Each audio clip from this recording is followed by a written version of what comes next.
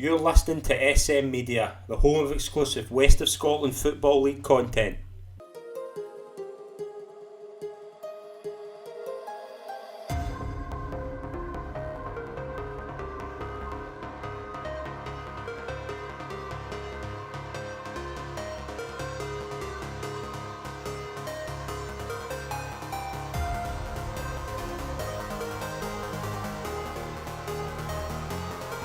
Hi folks, and welcome to the latest episode of the West of Scotland Football Show right here on SM Media. I'm Scott Pike. It's an absolute pleasure to be your host as always.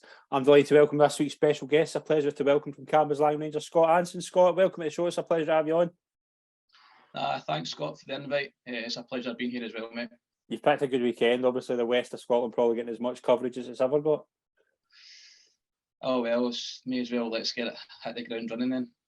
It's been obviously, we'll start obviously talking about kind of the Darvel game and things like that. Obviously been some result. We're going to do a wee Scottish Cup bit later on the show. We are recording this right in the middle of the Drumchapel game with our away to Elgin. Right now it's 1 each, but I've got my phone here. If there's a goal, you will know about it. And we can obviously discuss it. Hopefully we'll get to the end of the show and we'll know one way or another Drumchapel in the next round. But obviously, with yourselves, obviously at Cambuslang this season, obviously winning the conference last season, get up to the Premier Division. Been a tough season so far. Obviously, some big players obviously leaving the summer. How's it been? How are you finding it? What's been kind of your thoughts in the season so far? Listen, I think we knew it was going to be tough, regardless of losing players or not. But I mean, we lost Scott Williamson, 50 plus goals. Big John Gamo fired in a few goals as well. But it's been difficult, mate. I'm not going to lie. Suspensions, we've had points taken off us, injuries, boys going on holidays. But listen, it's no excuses. Most teams, every team's probably the same in terms of all the kind of factors. But if I'm honest, there's no much between the games, the teams, each other. But taking your chances, be a bit of luck, and at this present moment, Scott, but not taking our chances, we're not really getting much luck. See, obviously as well, like you said there, obviously about losing Scott, and kind of a big example you'd said there. Obviously, he'd scored 50 goals. He's went to Queen's Park, and I mean, he's took it pretty well there as well. Were you surprised? Are you been surprised at just how quickly he's risen up there? I mean, a year for now to be playing in the Premier League. I think I was, because I think I wasn't quite sure how it was going to work out when Queen's Park got promoted. I think if they'd have stayed in League One, I think you'd have been a big player for them.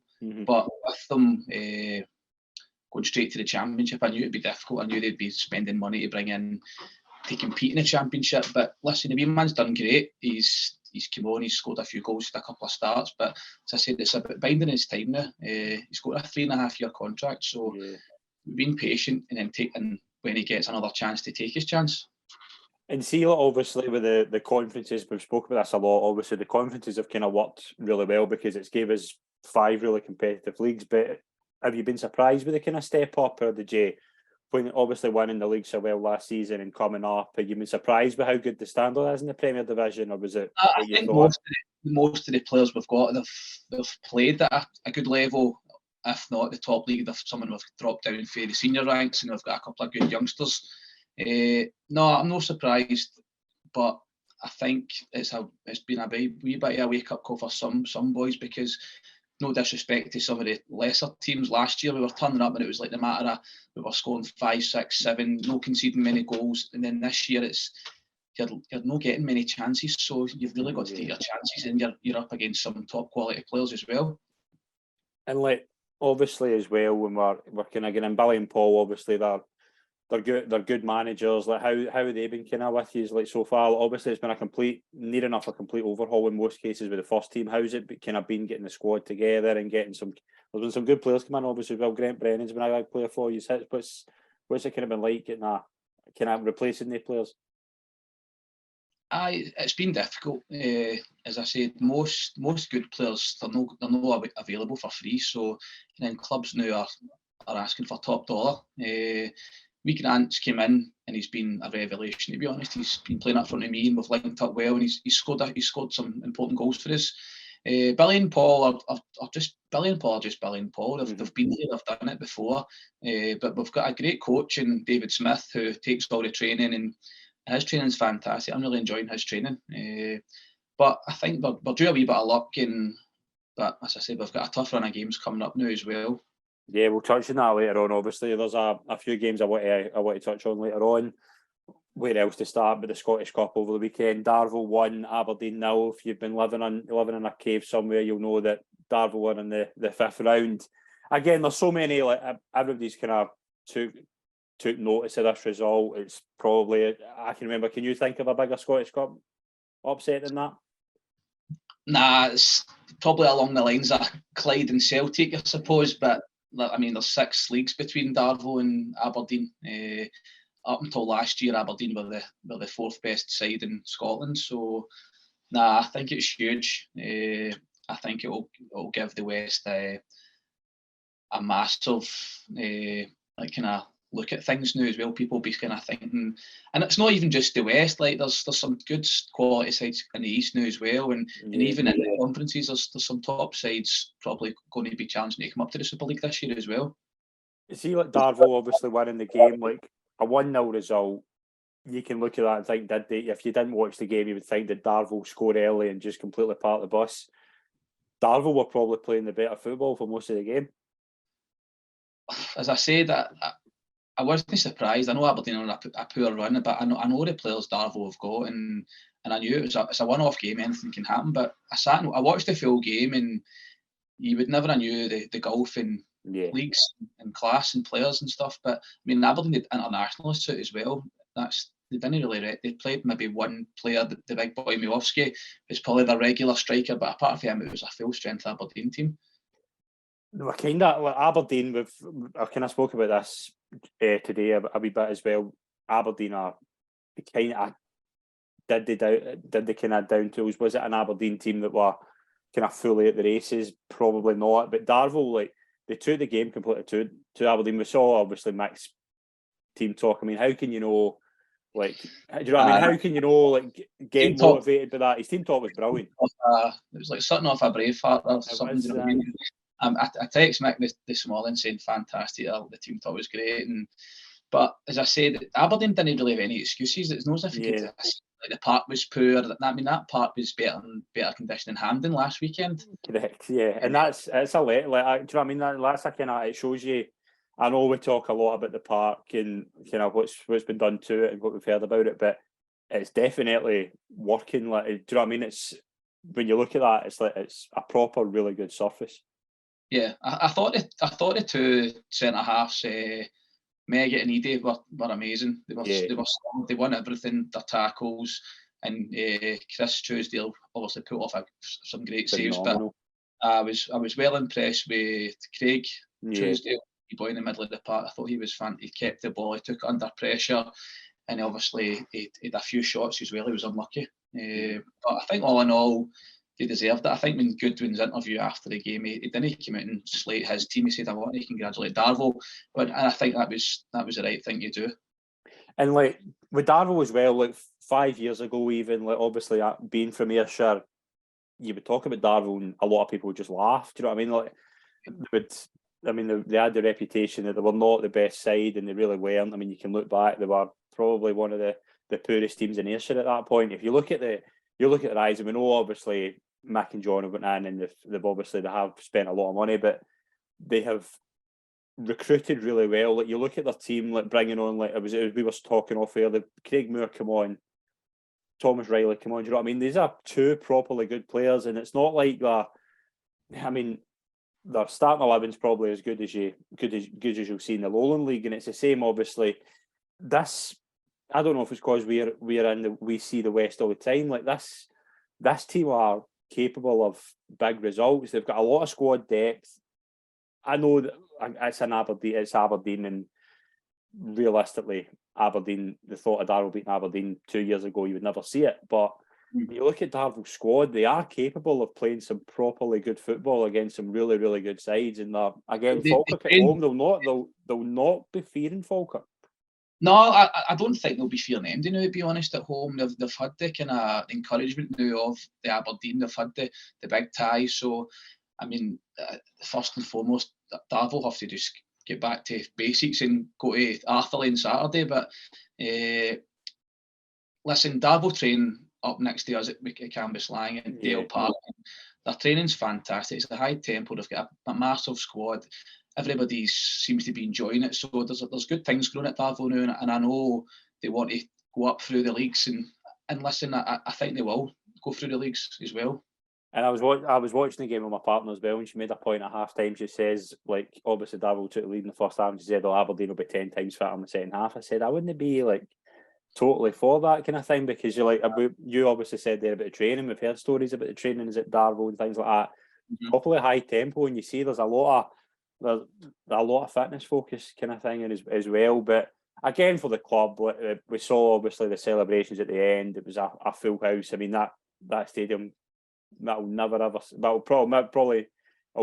a crowd like that, and before that. So, I mean, there's a lot of work as well. I know John had got his company in to do all the work behind the goals. So without all that, the tie probably wouldn't have went ahead at Darvel. They had to get moved to Rugby Park or whatever. But no, so fair play to John as well. He's definitely spent a lot of money getting the ground ready for the tie. But listen, as I said, Darvel didn't look time waste once. They didn't go down and make camp. They just played the game, and then like any other team, the last minute or two they kind of kept it in the corner. But I mean, you get some class teams in the world that do that. Do you know what I mean? Yeah. What does this do for the West? Obviously, with like Talk Sport are talking about it with Sky Sports, a big segment in Sky Sports News this morning. You know what I mean? It shows you that obviously the pyramid system and things like that. With a lot of debate in the past few weeks about the way the pyramid system is going to work, but these teams better get respect for that. Now, Darvel have set a great example. Drumchapel obviously are playing tonight.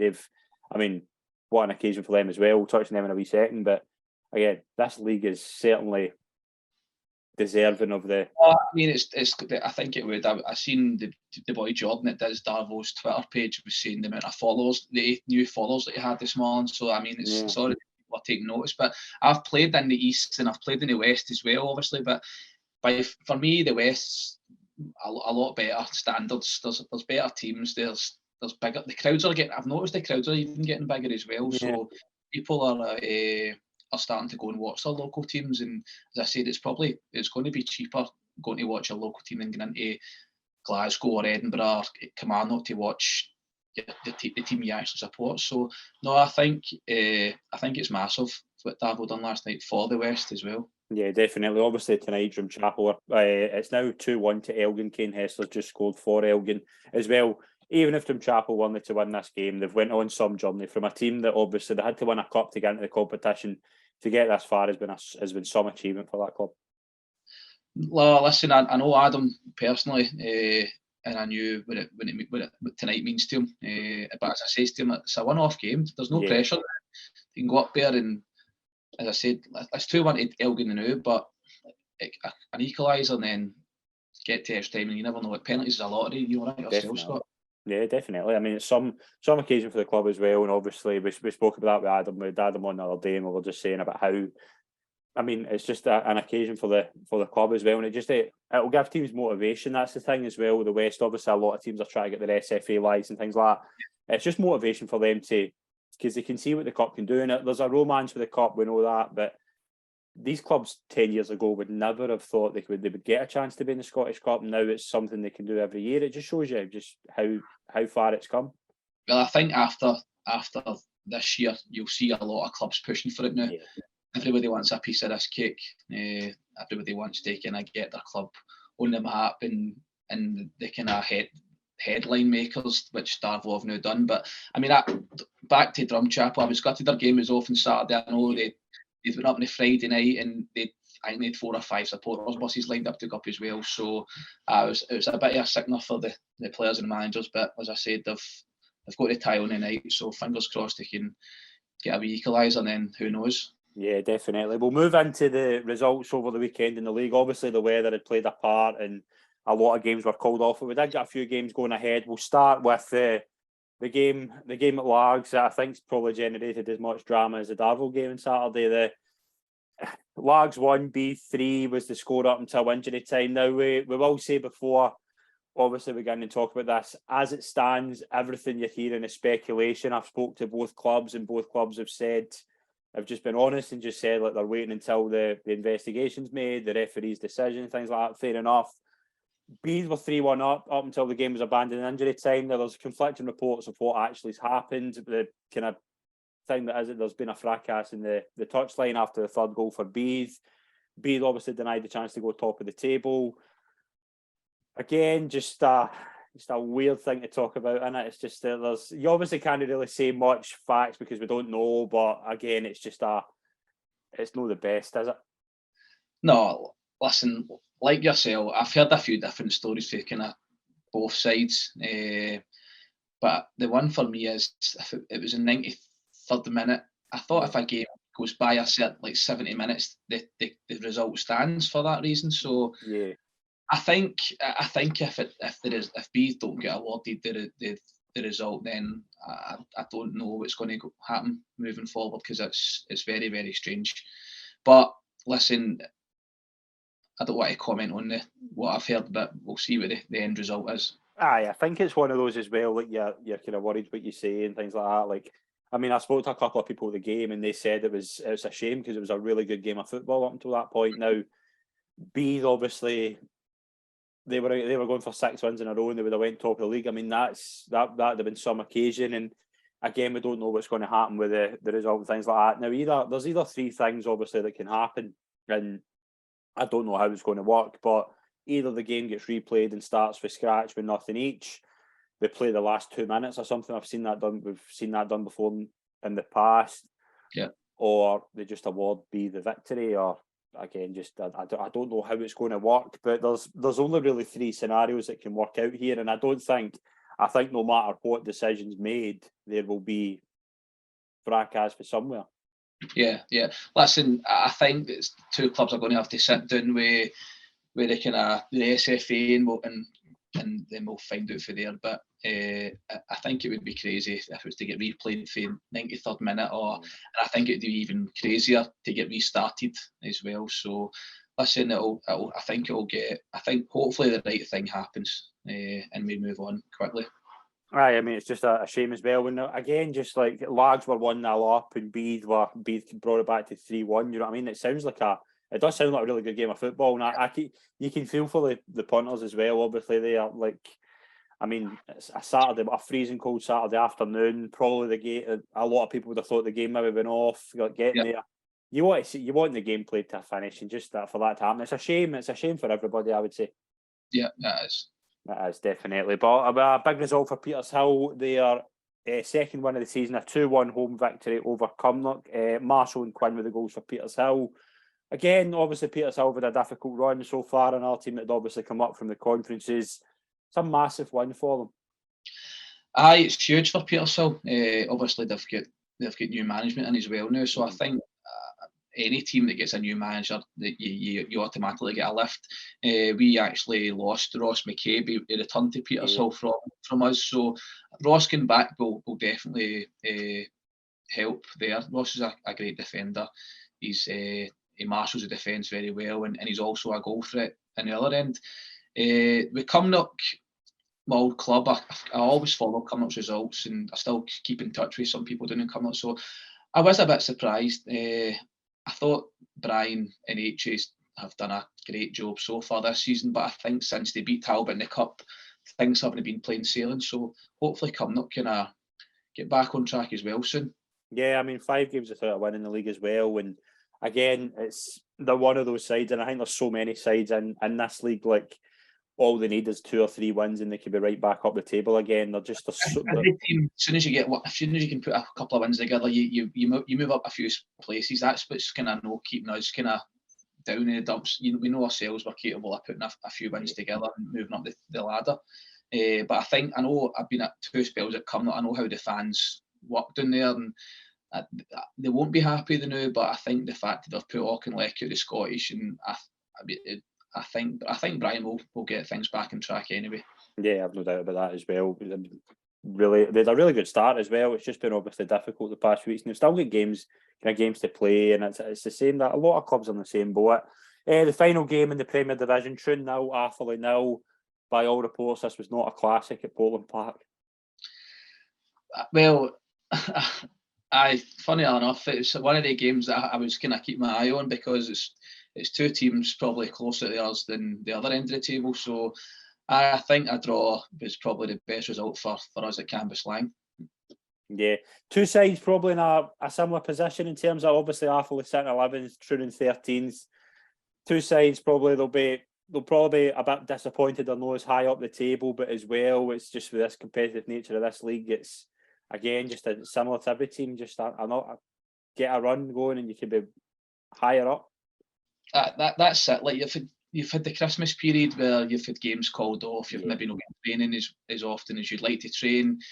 Teams are probably going to have to find their feet again and then take it from there. But I think obviously both teams would be aiming to finish higher up the league. Same with ourselves. But listen, a point's better than no points, I suppose. Yeah, absolutely. Yeah, it's one of those games where you don't. Neither team will be happy, but neither team will be that upset. But the first division, we only had one game on, and it was at Bonnet. Bonnet 1, Gartcairn 3, a double for Darren Smith. And for about the 40th time this season, we have new league leaders in the first division. Gartcairn are top now in goal difference. Again, another league, but Gartcairn they're kind of really getting going as well. They've brought in a couple of really good players as well. Bowie, Burns, Darren Smith, obviously with a double. They're kind of beginning to find their feet, Gartcairn. I think Gartcairn were always going to be up there challenging. I know a few guys at Gartcairn as well, and listen, they were challenging with us last year, same as St Cadoc's, but I mean, only one team went up, which was unfortunate. But so there's only one. I mean, both teams wanted to kicked on again this year, which they are doing. That league's always been brilliant for me. It's always tight. It's always tight at the bottom. It's tight at the top. And I do think between 4 or 5 teams you'll see challenging for that league position. Drumchapel now probably have got a few games to catch up, but you've got like quality sides in St Cadoc's, Gartcairn, Shotts, Lillaglan. They'll all be up there. Even Kilbirnie, St Rochs, they'll all be challenging up there as well. Yeah. See, obviously, like you said, you were in the same conference as Gartcairn and St Cadoc's. Have you been surprised with how much they've kicked on this year in terms of like the level of player they've brought in? And obviously, they've still got a lot of really good players who were obviously there last season, but they have kind of stepped up in terms of bringing players in. They've been able to recruit really well. Yeah, no, listen, they're well backed. Gartcairn, they've got great facilities, and a new manager's come in. So a new manager comes in, fresh ideas, and he's probably already got signing targets as well. So he's recruited really well. They're tight at the back, they're scoring goals. But Danny Burns is a good signing. He's proven at that level. I think actually we were trying to get him as well. So he's got a good one, and I think his partnership with Jordan Love will be pretty solid. And obviously you've got Darren Smith dropping down into juniors now to play. So he's also had a good start to his first game, scoring 2 at the weekend. Yeah, absolutely has. A wee word on Bonnet as well. Obviously, they're sitting in 9th. I think a lot of people, we've spoken about this a lot. A lot of people have been very surprised with how well they've done this season. Again, they probably weren't expecting to win this weekend, but they'll be really happy at this time of the year where they're at in the league. Well, it's funny because I've actually heard a few people talk about Bonnet and saying they're kind of a decent side, hard to beat. They play some good football, and I know Ross Wilson's. He said that he's been trying to get a decent move, so he's also found himself at Bonnet, and a great wee club. And I think they'll. I think they've not done any bets to starts, but they're also going to take points off other teams, so that's why they'll be good to see them kick on as well. Yeah, absolutely. Yeah, I mean, I really get a club that obviously they've got a lot of ideas where they want to go, and it's just obviously it's going to take them time. They've obviously came from the south. They've maybe know the head start a lot of other clubs have had, and they're getting there, and it's always a great place to go, and they're always very welcoming. I think they've got the greatest of budgets and stuff like that. So, but I mean, they've got a lot of young boys. So, I mean, if they can consolidate this year, then who knows? They could maybe try and push on again next year. Yeah, absolutely. We'll move into the second division. Ashfield closed the gap and Renfrew to 4 points. They now sit in second on goal difference with a tight 4-3-1. Bobby Barr with a double over Glasgow Uni. Glasgow Uni made hard work of it as well, but that's a big 3 points for Ashfield. And Bobby Barr again, he's a big player for them. Aye, but again, I was surprised he stepped down there, but then I think he's partly with the manager and stuff. I think they're from the kind of same area. I was more shocked at the game went ahead. Then when I looked into it further, I realised it had been moved to an AstroTurf, so that's why. Again, like Renfrew obviously been held at home to Greenock. That's a big point for Greenock, probably more as well. Obviously, that puts them into 12th place on 17 points from 17 games. Renfrew were disappointed though because they're at home. They've only lost once this season, but that'll be a hard one for them. No, definitely. I mean, I couldn't believe Renfrew were even in that league this year. To be honest, they've got decent management there as well. They've a great park, and they've got good players. Really good I like players, striker up front for them. Boy Kieran Diver, I think I really like him. But I mean, they started like a house on fire. But they'll be disappointed definitely. But as I say, Greenock will be delighted with that point away from home. Big point as well. What do you think of the kind of second division? Like you've got the likes of Craig Mark, Forth, St Anthony's, Glasgow Perth are doing really well. Maybole. There's a lot of really good teams in that league. Who kind of stands out in who do you think would be the top three coming into the season? Well, I mean, definitely Renfrew. I think if anyone's ahead of Renfrew, they'll win the league.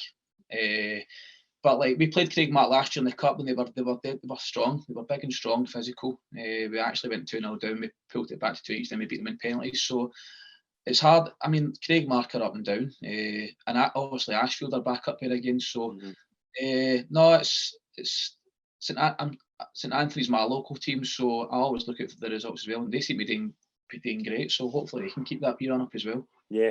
The other game in the second division was Yoker 2, Muircut 2. Again, two sides probably they'll probably a draw would have probably been a result most people would have predicted in their coupon on Saturday. Two sides that will be probably just content where they are just now. Aye, you're probably right, Scott. Muircut probably hard for them because they've just lost their management, so I don't know what's going on down there. I don't know if one of the players is taking the team there. Yeah, I think you're right. Yeah. So, I mean, looking at Yoker last year, you'd think they would have kicked on, but I believe they lost a few. They lost a lot of players. Aye. They actually signed one of their players, Kyle Maxwell. He's been a good addition for us. Brilliant. We'll move into the third division. We had two games in there. We'll start with Killook 2, Port Glasgow 5. Jamie McKenna with a hat-trick. Port Glasgow move into 7th.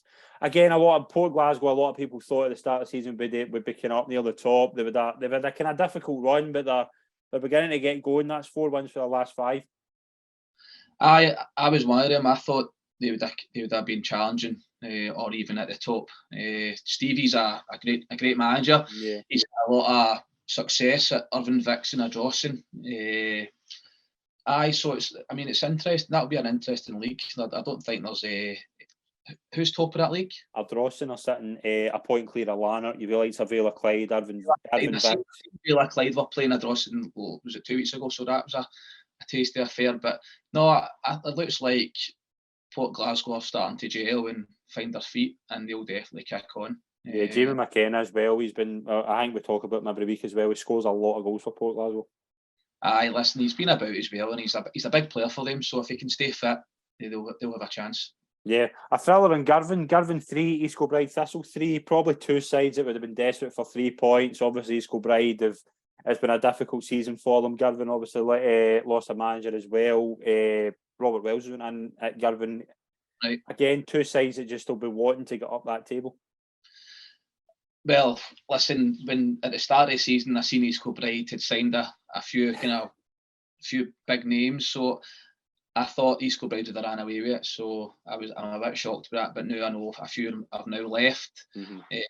And in Girvan, it's always been since Peter Leonard, my old current manager, since he left, things haven't been plain sailing. But I don't know if Peter's back involved somewhere behind the scenes. So I think he might be helping out as well. So you might see Girvan picking up again.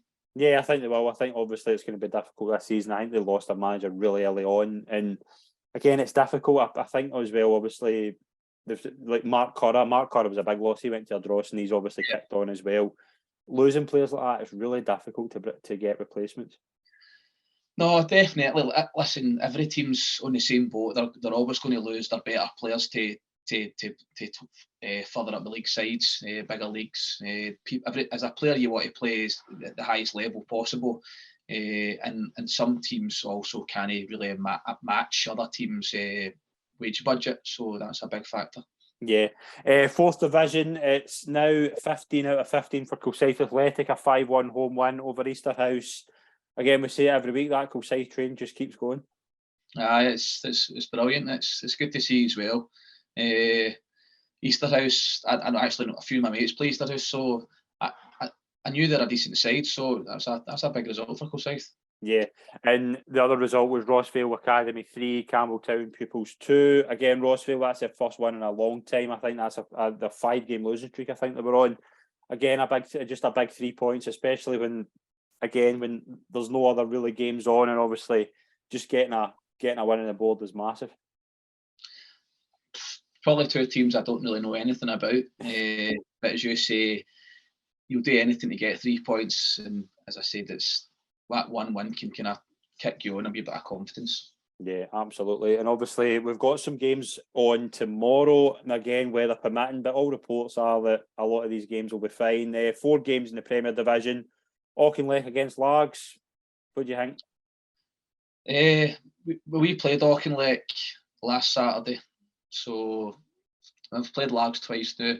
Listen, Largs are a team that go away to they've been away to Darvel and won, they've been to Glenafton and won, so I wouldn't be surprised. I know Arnie, I know the way he plays and he sets his teams up, so but Auchinleck were good last week against us. We took the lead, probably scored too early, but no, Auchinleck were fit, fast, strong, and probably deserved their win against us. Yeah. Cumnock against Kilwinning, that could be a really big game as well. Obviously, Kilwinning, would you say maybe Kilwinning are sitting in a false position? They're sitting in 14th. They've got a lot of games to make up in the rest of the field, but again, they're a team that they'll be wanting to get up that table, and they're more than capable. Game for both teams, to be honest. We played Kilwinning at the start of the season, and I was very impressed by them. I played the Gorms at Polo, and he's been very successful at Auchinleck, so he's a winner. But some of the players they signed and the way they played, I thought they'd have been challenging this year. So I'm very surprised. But again, Kilwinning just need to go on a wee run, couple of wins, and they'll shoot up the table and then take it from there. Yeah, big game at Newlandsfield. Pollock against Hurlford as well. It's a big game for both clubs. Pollock obviously in a really good run. Again, they want to keep touching. They want to keep within distance of Darvel and Bees at the top of the table. It's a big game, and Hurlford are certainly no easy team to beat. No, Darren's been about. He knows these types of games. He actually kind of games that he loves. But Pollock, since Maxie's been in, I think it's been a good start for him. They're scoring goals. They're not conceding many goals. So I think Pollock might edge that one actually. That's going to be a really good game. Obviously, a big game towards the kind of bottom end of the table. One I imagine you'll be keeping an eye on. Glenafton against Petershill. How big a game's that? What would you want? What would you want there? A draw. I think I would want a draw there, but again, like ourselves, both teams need to pick points up. So you might find it could be hopefully a high scoring draw, even a couple of red cards and a few suspensions picked up. Hopefully. There's a massive game in the first division as well. Again, every game seems like a massive game. Rutherglen Glencairn against St Rochs. That'll be entertaining. There are two teams that will be looking for 3 points and a big challenge for both sides, I would say. Listen, Wally Harvey again. He knows what it's all about. He's been up the top league, and I think he's hungry for more success. So, I think that'll be a tight game, but I think Glencairn might just edge that one. Yeah, some really good games over the midweek. We'll have a roundup as well. Yoker play Rossvale in the West of Scotland Cup as well. We'll have a wee roundup on Friday available on the website. We'll touch on obviously Cambuslang the next few games that are coming up. Some big games in there. Away to Clydebank on Saturday. Home to Arthurlie, away to Irvine Meadow, and then 2 home games against Troon and Meadow again. Some really big games, some big chances as well to get some wins on the board. They're massive games, Scott, coming up, especially the ones at home. We really need to pick up points at home. Our park's no great, so teams are turning up and they can't play the football they want to play. So we really need to pick up points at home. Clydebank is I don't know if there's a good time or a bad time to ever play them, but I mean, for me, they're the form team now. They're scoring plenty of goals as well. And confidence is flying there as well. Moff's done a great job here, him and Gary. So no, be a tough one for us on Saturday. After that, I mean, as I said, you're playing against Medaf. Can a wee bit surprised me, to be honest. They've kicked on since George came in, so I think we're going to need to pick up points for these next 4 games. And obviously towards this is the kind of serious bit in the season where obviously like every game's a massive game. What is the kind of thoughts of the season ahead? Like where these obviously like staying up, obviously the kind of be all and end all, was that? I think for the start of the season it was always the objective to stay in the league this year, and then hopefully see what we can do next year. But at the present moment in time, we're just trying to be positive. We just can't afford to fall further away for teams. So we need to. There's other teams around about us picking points up. So we need to start picking up points fast as well, or we will slip away. Yeah, absolutely. And as I say, Scott, it's been an absolute pleasure to be on the show, and best of luck for the season ahead. I really appreciate you coming on. Thanks for being on. I appreciate it. It's been good. Cheers, Brilliant. Scott. Thanks very much. Obviously, we will have a round up on Friday after the results over midweek. Hopefully, they'll go ahead. And we'll be back next week for a new show in the West of Scotland Football Show. Thanks very much to everyone that's tuned in, and we'll see you all soon. Cheers.